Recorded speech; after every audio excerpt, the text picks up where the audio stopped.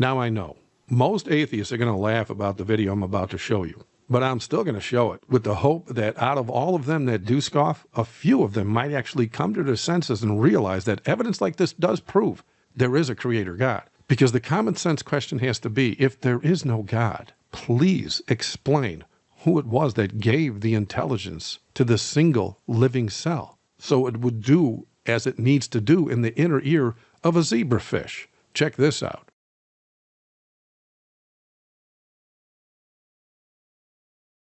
Right there, that's the actual living cell moving around.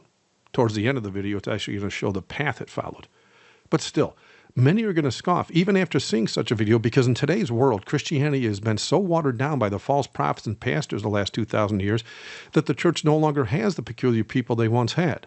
The light of the Lord in God's people has grown so dim that it is rare to hear about the sick being healed or demons being cast out and prayers being answered in every aspect of life. Worse yet, the sinful churchianity of the prosperity preacher-tainers of today has caused most Christians to embrace sin like everyone else, just as prophecy predicted they would. And as planned by the dying God of this world, the scoffers and the atheists base their strange theories on the fruits of those same lukewarm Christians so as to further wallow in doubt. Furthermore, because it's the end of days, all these false Christians have no clue as to the prophetic word of God that helps to ready a people for the coming of the Lord. And so more and more souls never hear present truth, which means they too are cultivated into the camp of the non-believer. But there is a God in heaven. And for those with eyes that see, we do see his hand move everywhere just as easily as some of you just saw in that video clip. As prophesied, even in these last days wherein decadence abounds, there are still a few real Christians out there that do have Christ-like fruit, who have seen God's hand move in amazing ways, who also understand his prophetic word so as to warn everyone they can that he is soon to come. Because the basic biblical reality is the only way to understand Christian prophecy is to be obedient to the God that wrote it.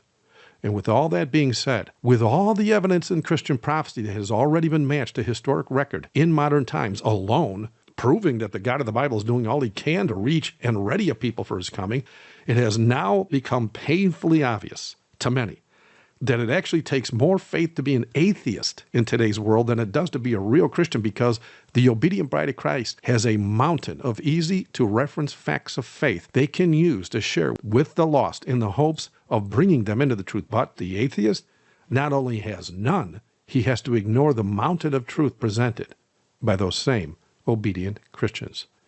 Thank you for watching. God bless.